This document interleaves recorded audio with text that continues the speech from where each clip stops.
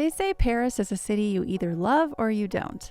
That it's crowded, chaotic, there are pickpocketers, maybe it's even overrated.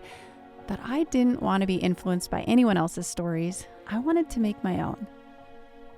This was the final leg of my 18-day journey through France. After Bordeaux, the Pyrenees, and my art retreat in the countryside, my aunt and I arrived in Paris, tired but full of joy and ready for a new adventure in the Saint-Germain district, a charming corner on the left bank of the Seine. Now, before we could even begin exploring, we got some alarming news. A 3-day air traffic control strike was scheduled for the day of our flight home. After 2.5 weeks abroad, I was ready to return to my family, to my quiet studio, to the familiar comfort of home. We debated rescheduling flights, booking extra hotels, but something told us to wait. And thank the Lord, the strike was canceled. Just like that, the weight lifted, we could finally relax and let the city in. I had never been to Paris before, and yet it felt strangely familiar, like stepping into a colorful scene I'd glimpsed many times in paintings. Everywhere I looked, there was beauty. Balconies draped in flowers, stone statues watching from rooftops, the hum of language and life in every direction. Just about to go into the most famous art store in Paris. One of our first stops was the legendary Sennelier art store, just across the river from the Louvre. It was tiny, crowded, and utterly magical. Shelves of watercolor sets, handmade papers, pigments lined like little rainbows in jars and tubes. I left with a new watercolor journal, a Hahnemühle sketchbook with beautiful deckled edges, and a few pens I probably didn't need, but I couldn't resist.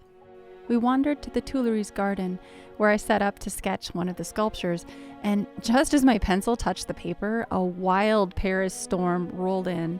It's crazy windy here, and it's starting to sprinkle. I was gonna sit down and do a painting in the Louvre garden, and then this storm moved in so fast. The clouds are dark, ominous. So we're gonna try to find a cafe to go sit down and get some shelter. We ran for cover, laughing as the rain came down, grateful for our trench coats. We ducked inside a nearby restaurant where I ordered French onion soup, of course, and painted it right there at the table. A group of German tourists leaned over and teased, "Most people eat their food." The next days were a whirlwind: the Louvre, Musée d'Orsay, cathedrals, and miles of walking beneath the Parisian sun. We saw so many incredible storefronts while walking around the fancy shopping areas. We saw the Arc de Triomphe, the Eiffel Tower, the newly renovated Notre Dame Cathedral, all magnificent architectural wonders. And there is something so incredible about seeing great art in person. To be able to step up close to it, study the brushstrokes, and see all of the intricate color, texture, and nuance that are just not as evident in a photograph. I stood before the Mona Lisa in a sea of cameras and phones and whispers, and thought about how strange it is that something so small could hold so much weight.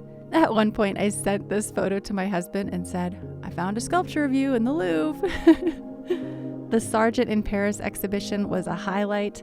The way he painted hands, light, silk, utter poetry in paint. And I couldn't resist sketching some of the sculptures myself. It's my favorite kind of practice. My absolute favorite moment in Paris? We found ourselves sitting in the front row at a string quintet concert inside the St. Louis and Lille Cathedral.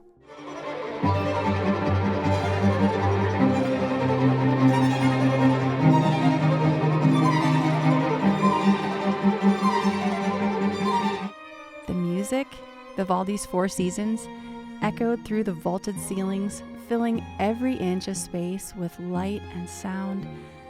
As I listened, I sketched the cello player, his hands moving in rhythm with the bow. Afterwards, I showed him the drawing. He smiled and he said, "I've never been sketched before." Paris was everything and more, louder, brighter, older, and infinitely more beautiful than I ever could have expected.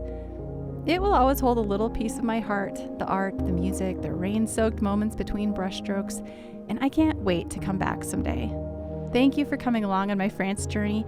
Until next time, I hope you'll keep painting, keep exploring, and keep finding beauty wherever you are.